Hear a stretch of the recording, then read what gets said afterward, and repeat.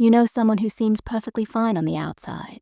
They smile, they function, they go to work. But inside, there's a storm nobody sees. That's quiet BPD, and it might be closer to you than you think. Most people imagine borderline personality disorder as explosive outbursts and visible chaos. But there's another version that hides in plain sight. It's called quiet BPD, and the people living with it have learned to turn all that pain inward. They're suffering, but silently. Today, we're looking at 7 signs that are easy to miss, but impossible to ignore once you know what to look for. Number 1, they apologize for existing. Watch how they enter a room. Notice how they speak. People with quiet BPD often carry this constant sense that they're taking up too much space, even when they're barely visible. They say sorry for things that don't need apologies. Sorry for speaking. Sorry for having needs. Sorry for being human. This isn't just politeness. It's a belief system written into their bones. Somewhere along the way, they learned that their presence is a burden. Maybe they were invalidated as children. Maybe their emotions were treated like inconveniences. So they shrunk themselves down, made themselves smaller, hoping that would make them more acceptable. You'll hear them minimize their own problems. It's not that bad, they'll say about something that's clearly eating them alive. They'll cancel plans last minute, convinced you didn't really want them there anyway. And when something goes wrong, even something completely out of their control, they'll find a way to blame themselves for it. The exhausting part is they're constantly scanning for proof that they're too much. One slight change in your tone, and they're convinced they've ruined everything. But instead of asking about it, they'll just quietly withdraw, adding it to their mental list of reasons why they should stay small. Number 2, they have extreme emotions that nobody sees. Here's what people don't understand about quiet BPD. The emotions aren't smaller, they're just hidden. While someone with classic BPD might scream or throw things, someone with quiet BPD is having that same emotional earthquake entirely inside their own body. They feel everything at maximum volume. A small criticism can feel like complete rejection.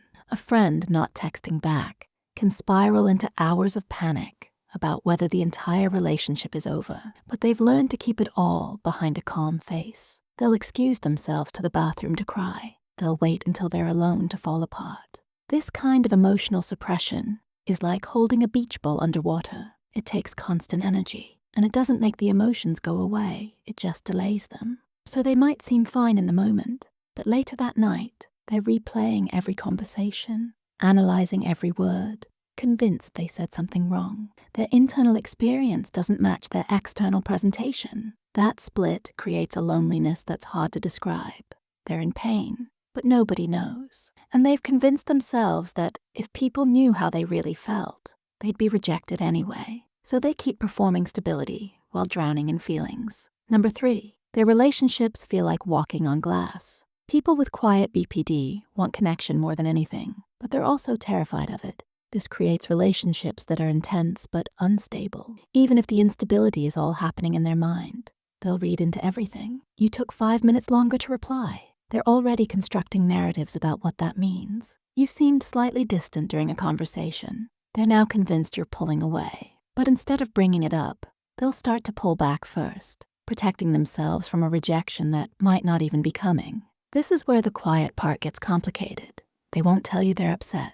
They won't ask for reassurance. Instead, they'll create tests. They might become slightly cold to see if you notice. They might pull away to see if you chase. They're not trying to manipulate. They're trying to answer the question that's always burning in their mind. Do you really care about me? Or are you about to leave? And when conflict does happen, they crumble inward. They'll agree with everything you say, even if they don't mean it, just to end the discomfort. Later, they'll hate themselves for not standing up for their own feelings. The relationship becomes this exhausting cycle of internal crisis and external calm, and nobody on the outside can see how much energy it's taking to hold it together. Number 4, they're either perfect or failing, nothing in between. Black and white thinking is textbook BPD, but with the quiet type, it's directed inward like a weapon. They don't just split other people into all good or all bad. They do it to themselves constantly. One mistake at work, and they're convinced they're completely incompetent. One awkward social interaction, and they're a failure who can't do anything right. There's no middle ground where they can be a person who sometimes messes up, but is generally okay. They're either succeeding perfectly or they're worthless. This shows up in how they handle feedback. Constructive criticism doesn't land as helpful. It lands as confirmation that they're fundamentally flawed. They'll nod and smile when you give them advice, but internally, they're spiraling into shame. And because it's quiet BPD, they won't tell you that. They'll just go home and sit with that feeling for days. You'll also notice this in their self-care. They're either rigidly controlling everything, trying to be perfect, or they've completely given up and are barely functioning. There's rarely a sustainable middle ground. And when they slip from their perfect routine, they don't just adjust. They collapse into self-criticism that makes getting back on track even harder. Number 5, they carry shame, like it's part of their identity. Shame isn't just an emotion for people with quiet BPD. It's like a lens they see themselves through constantly. They don't just feel ashamed about things they've done. They feel ashamed about who they are. This is different from guilt. Guilt says, I did something bad. Shame says, I am bad. And for someone with quiet BPD, that shame is always there, humming in the background. It colors every interaction, every decision, every thought they have about themselves. They'll withdraw from opportunities because they don't feel deserving. They'll stay in bad situations because they believe it's all they're worth. When good things happen, they can't enjoy them because they're waiting for the moment when everyone realizes they don't actually deserve it. And the worst part is how they hide it. They'll make jokes about themselves that sound self-deprecating, but are actually windows into how they really feel. They'll brush off compliments immediately, not because they're being modest, but because accepting something positive about themselves feels impossible when shame is this central to their identity. Number 6, they hurt themselves in ways you can't see. When people think of self-harm, they usually picture cutting or other visible injuries, but people with quiet BPD often harm themselves in ways that leave no marks. They turn their pain inward in ways that are just as damaging, but easier to hide. They might deprive themselves of things they need. They'll skip meals as punishment for perceived failure. They'll isolate themselves when what they really need is connection. They'll stay in relationships or situations that hurt them because they believe it's what they deserve. Some engage in harsh, negative self-talk that would sound abusive if someone else was saying it to them. They replay their mistakes obsessively, each time digging the shame deeper. They hold themselves to impossible standards and then beat themselves up mentally when they can't meet them. This internal violence is just as real as physical self-harm, but it's invisible. Nobody sees it happening. And because it doesn't leave scars people can see, it's easier for others to miss how much pain they're actually in. They're hurting themselves constantly, but the wounds are all psychological. Number 7, they're exhausted from pretending to be okay. The final sign ties everything together. People with quiet BPD are running a marathon every single day. And that marathon is pretending they're fine when they're not.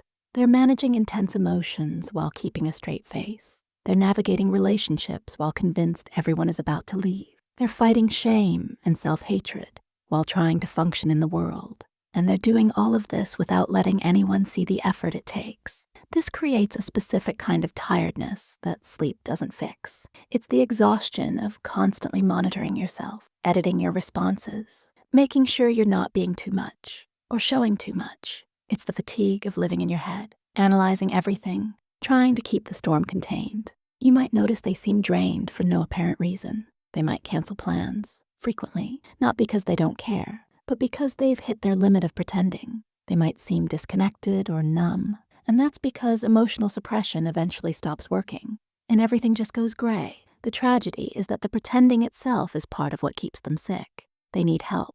But asking for help means showing people the parts of themselves they've worked so hard to hide. So they stay trapped in this exhausting performance, getting more tired, more hopeless, while everyone around them thinks they're doing just fine. If any of this resonated with you, either because you recognized yourself or someone you care about, understanding is the first step. Quiet BPD is treatable. Therapy, especially dialectical behavior therapy, can help people develop healthier ways of managing emotions and relating to themselves. And here's what I want you to take away. If you're living with this, your pain is real, even if nobody sees it. You're not broken beyond repair.